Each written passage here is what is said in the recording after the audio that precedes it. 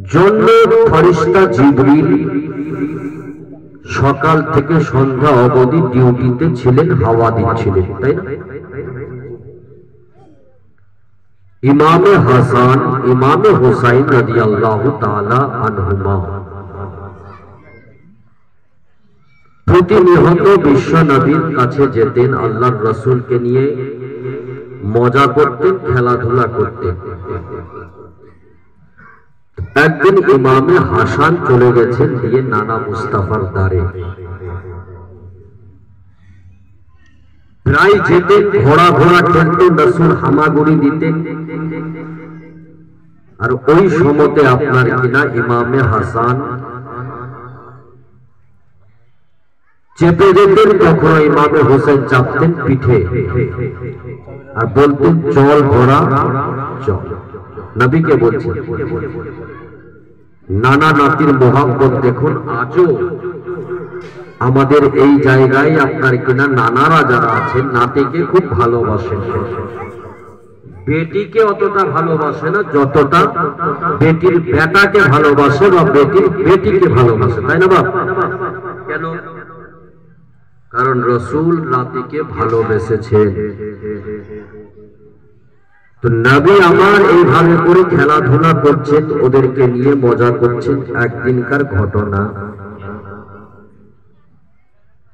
মসজিদে নববীতে সম্পূর্ণ মানুষের সমাগম, যেভাবে আপনারা বসে আছেন সবাই আছে,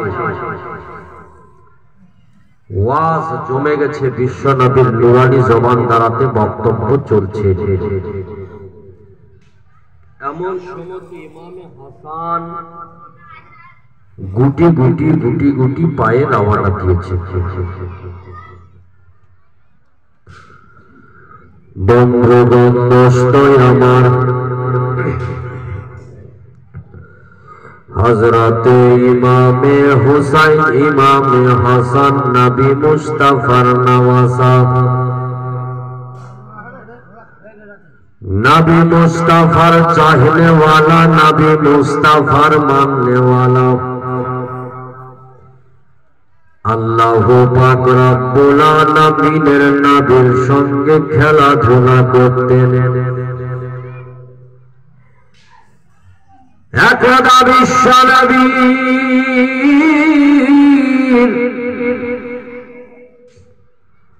মসজিদে নববীতে মেম্বার চেপে বক্তব্য দিচ্ছিলেন। সমস্ত সাহাবাগণ আরামের সঙ্গে বক্তব্য শ্রবণ করছিল। ওই সময়তে আল্লাহ পাক রব্বুল আলামিনের নবী বললেন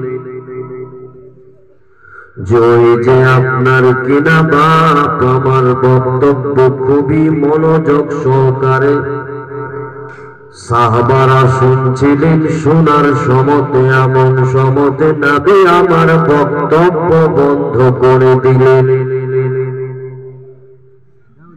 যখনই বক্তব্য বন্ধ হয়ে গেল, এমন সময়তে আপনার কিনা চলে আসুন আল্লাহর নবী মেম্বার থেকে নেমে গেলেন। সাহাবাগণ আশ্চর্য হয়ে গিয়ে বলতে লাগলেন, নবী গো, আপনি বক্তব্য বন্ধ করলেন কেন? কার জন্য? কেনই বা আপনি মেম্বার থেকে নেমে গেলেন? হযরত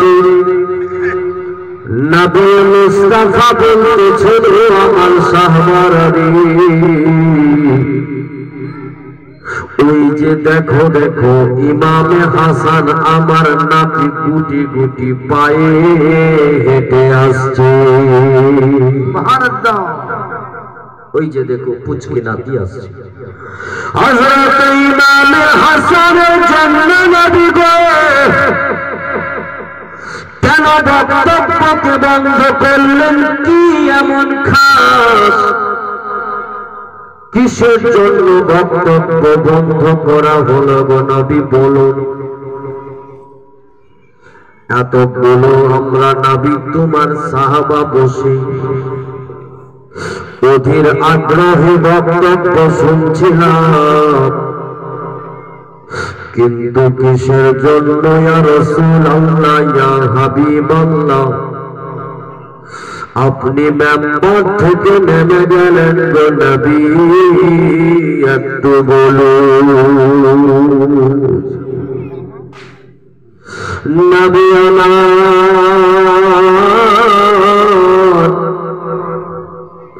চোখের পানি ছেড়ে দিয়ে বিশ্ব নবী হাসানকে কোলে তুলে মেম্বারে চাপলেন, চেপে বলতেছেন বলে, ও সাহাবারা শোনো, এই যে আমার কলিজার টুকরা হাসানকে দেখছো, এই হাসানের মর্যাদা কম না।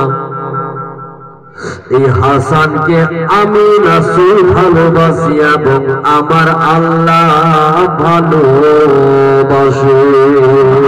সুবহানাল্লাহ। এই নামে হাসান নবী আমার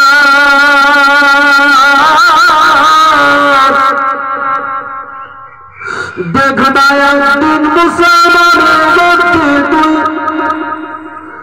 দেহের মধ্যে দুই দলের মধ্যে লড়াই যখন হবে, লড়াই হতে দেবে না নবী আমার।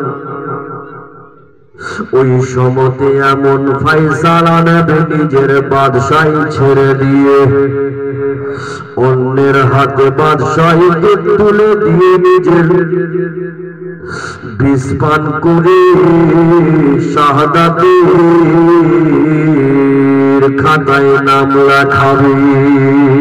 আল্লাহু আকবার। যার জন্য আমি হাসানকে ভালোবাসি রে সাহাবারা শোনো,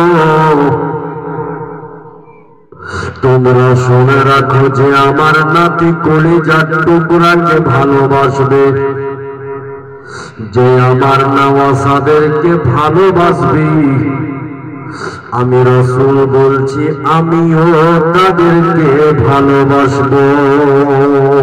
সুবহানাল্লাহ সুবহানাল্লাহ। যারা আমার নাতিদেরকে ভালোবাসবে তাদেরকে আমি রাসূল ভালোবাসবো।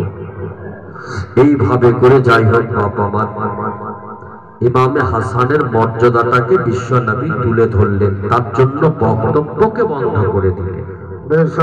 তো যার জন্য রাসূল নিজের বক্তব্য থামালেন, ওই ছেলেটা কি সাধারণ ছেলে? জি নয়।